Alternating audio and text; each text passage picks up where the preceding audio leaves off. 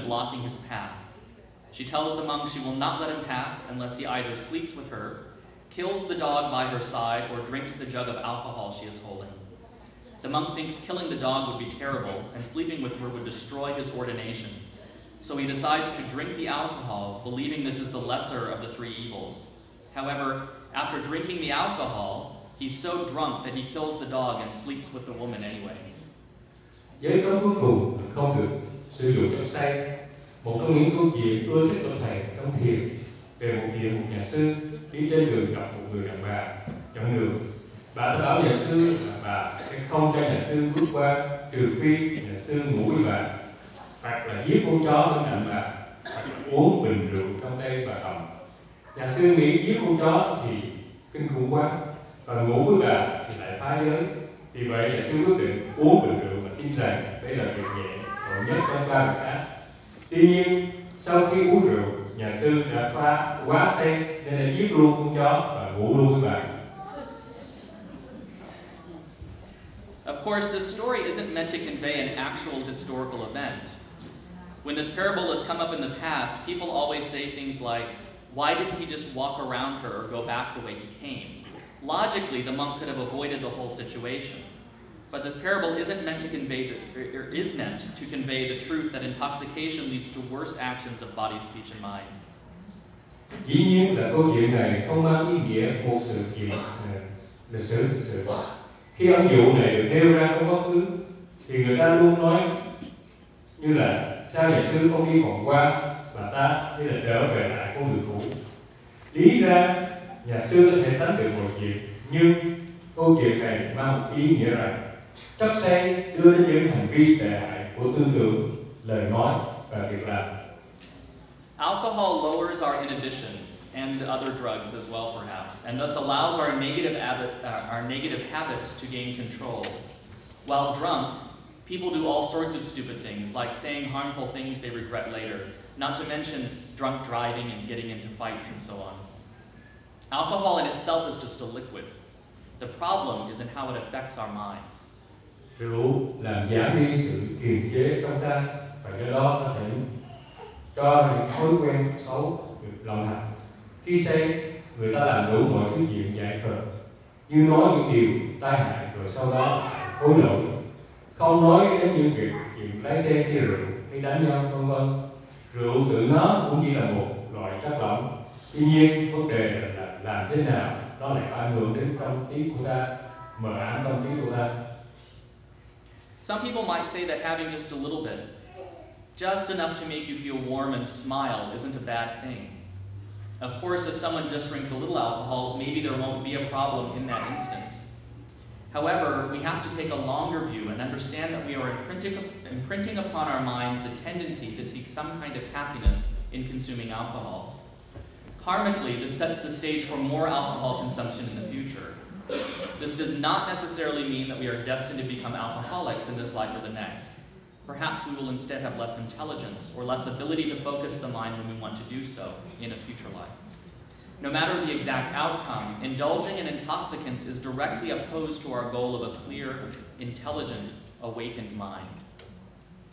Một số người có thể nói rằng dù chỉ một ít thôi thì đủ để làm cho ta ấm người và vui cười trong không phải là điều xấu.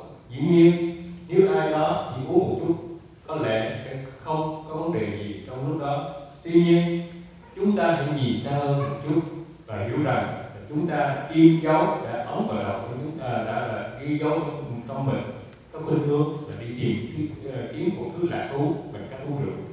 Nói theo việc này sẽ đưa đến một giai đoạn tiêu thụ nhiều hơn trong tương lai. In addition, it's important to remember that the word Buddha means one who is awake.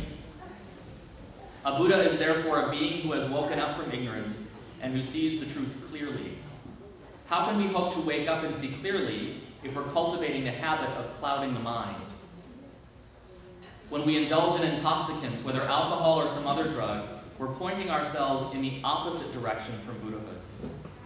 Ngoài ra, điều quan trọng cần nhớ là chữ Phật có nghĩa là người tỉnh thức. Do đó, Phật là một người đã thức tỉnh từ sự si mê và thấy ra sự thật một cách rõ ràng. Vì vậy, làm sao chúng ta có thể hy vọng thức tỉnh và nhìn thấy rõ ràng nếu chúng ta cứ tạo thói quen là mờ đi tâm trí của mình. Khi dính vào chất say, rượu hay ma túy là chúng ta đã quay mình đi ngược lại với con đường Phật đạo. In fact, I would say that's true of all of these precepts. When we violate any of these precepts, whether we've formally taken them as precepts or not, when we engage in actions of body, speech, and mind that are not in accordance with these precepts, we're doing the opposite of what a Buddha would do. So with all of these precepts, if we violate them, we're pointing our minds in the opposite direction from Buddhahood. Đến đây thì nhấn mạnh, trong cái ngũ giới đó, thì muốn nhấn mạnh ở đây ngũ giới đã làm chúng ta bị mờ đi tâm trí và làm cho chúng ta có những lời nói không đúng và có những hành động không đúng. Tức là có những hành vi trái ngược lại cái con đường của Đức Phật đã chỉ dạy, tức là con đường Phật đạo. Và khi chúng ta phạm giới thì chúng ta đã đi ngược chiều lại với con đường của chúng ta cố gắng tiến hành trên con đường Phật đạo. So now that we've covered the 5 precepts, it's important to take things a step further.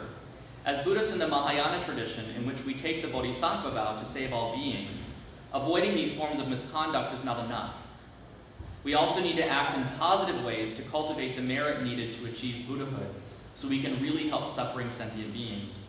Avoiding negative actions of body, speech, and mind is only the first step.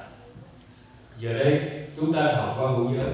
Điều quan trọng là bước thêm một bước nữa là người Phật tử trong truyền thống đại thừa mà chúng ta thọ Bồ Tát giới để cứu độ mọi loài chúng sanh, tránh đi những hành vi xấu ác.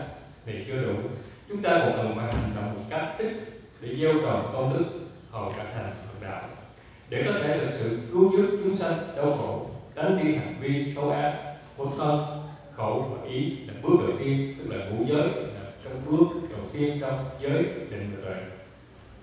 For example, avoiding taking life is good and helps us to avoid creating negative karma associated with killing. But in order to cultivate merit, we need to help protect life. A great bodhisattva might therefore sacrifice their own life in order to save someone else's life. However, we don't necessarily need to take things that far to begin with. We can protect life by putting insects outside rather than squashing them. We can also protect life by avoiding purchases that harm endangered species. In Tibet, for example, fashion began to dictate using pelts from endangered tigers in traditional clothing. The Dalai Lama finally spoke out about it, and people burned those clothes and stopped buying more. Also, being conscious of and lowering our carbon output can help us protect life. Global warming is pushing numerous species around the globe toward extinction. Chẳng hạn như đánh lấy mạng sống là tốt và giúp cho chúng ta tránh khỏi tạo các nghiệp liên quan đến việc sát giới. Nhưng nhằm gieo trồng công đức, chúng ta còn phải giúp bảo vệ môi sinh của sự sống. Một đại Bồ Tát có thể hy sinh thân mạng để cứu giữ mạng sống của cái khác. Tuy nhiên, chúng ta không cần phải bắt đầu bằng những việc quá vào tay của mình. Chúng ta có thể bảo vệ sự sống bằng cách đem bỏ con trùng ra ngoài thay vì bóp chết nó. Chúng ta cũng có thể bảo vệ sự sống bằng cách tránh mua những giống vật đã bị diệt chủng. Chẳng hạn như ở Ý Tạng, thời gian bày ra những việc dùng gia cột hiếm quý trong y phục truyền thống. Cuối cùng khi Đức Đạt La Đạt Ma nói ra điều ấy và dân chúng đã đốt bỏ đi những loại quần áo ấy và không còn mua thêm nữa. In order to cultivate the ability to maintain our vows, and on top of that, to develop the skill to be of genuine use to others, we need to create an environment that encourages us on the path. We need to surround ourselves with people who motivate us to do good, and avoid people who motivate us to act impulsively and selfishly.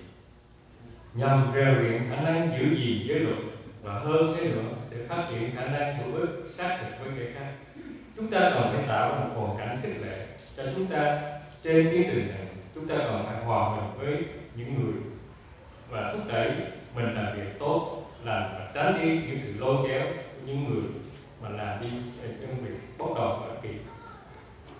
However, how should we as Buddhists respond if someone harms us?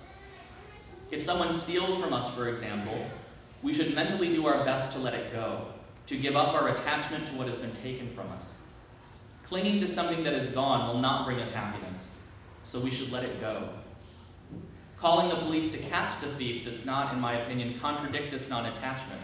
If they're caught, that may prevent them from harming someone else in the future. If someone tries to kill us, of course they need to be stopped.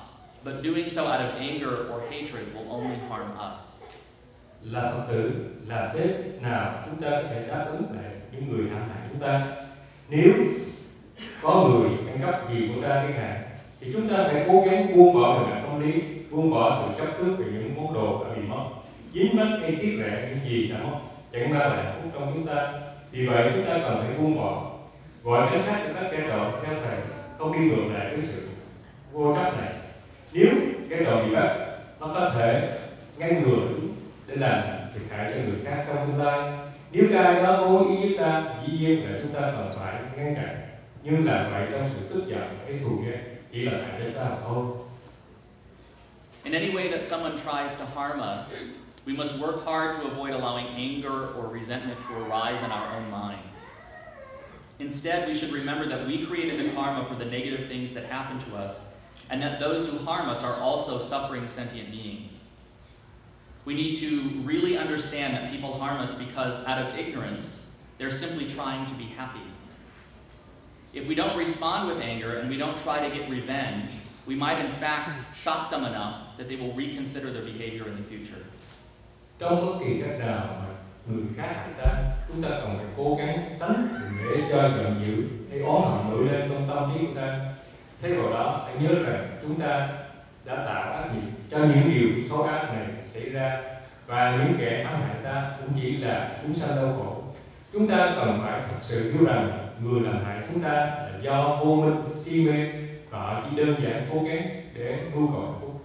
Nếu không đáp lại bằng sự giận dữ và không cố trả thù, chúng ta có lẽ đã thực sự làm cho họ ngạc nhiên, để họ kiểm điểm lại những hành vi của họ trong tương lai. If you haven't yet gone for refuge, which includes taking these 5 vows or 5 precepts, and you'd like to do so, please speak with Venerable Vinh Ly about arranging the ceremony here at the temple. It doesn't take long, but it's the first and most important step on the path to Buddhahood. Và để tiếp tục, nếu quý vị chưa có quy, trong đó có luôn cả ngũ giới, và nếu muốn, xin quý vị hãy thưa với thầy Viên Lý để sắp xếp một lễ quy thọ giới cho quý vị tại chùa này. Nó không mất thời gian lâu, nhưng là bước đầu tiên và tối quan trọng trên bước đường Phật đạo. In fact, some of you have heard me say this before, that going for refuge, well, it's like if you want to go somewhere on vacation, you can talk about going there, but you'll never get there unless you actually get on the plane. So going for refuge is like getting on the plane if we want to eventually achieve Buddhahood. Thầy đưa ra đây, nếu quý vị cũng thực hành ngũ giới, thực hành năm giới tóc, mà chỉ trong ý nghĩ quý vị mà không đem thực hành, thì cũng giống như quý vị đặt ra một kế hoạch để đi chơi, nhưng mà quý vị thực sự không có thực hành cái việc đi chơi đó. Thì vậy thì khuyên quý vị khi mà đã thấy những điều giới cấm của quý vị cần phải giữ, thì điều tốt nhất là quý vị xin thọ giới. Và khi mà quý vị thọ tam quy ngũ giới, có nghĩa là quý vị đã bước lên cái bay để mà chuẩn bị một cuộc hành trình nào đó, đó là thực sự thực hành. So this is why going for refuge is so important. We will never achieve Buddhahood if we don't head in that direction, if we don't point ourselves in that direction by formally taking up the Buddhist path through going for refuge. Và một điều nữa thì các bạn ở đây, nếu quý vị đã thấy cái giáo lý, tức là giáo pháp của Phật đúng, và quý vị muốn đạt thành sự giải thoát giác ngộ, thì điều quan trọng là quý vị phải quyết tâm và thọ tam quy ngũ giới. Vì khi mà đã thọ tam quy ngũ giới là quý vị thực sự bước vào con đường Phật đạo để đạt đến sự giải thoát và giác ngộ. So thank you very much for your attention.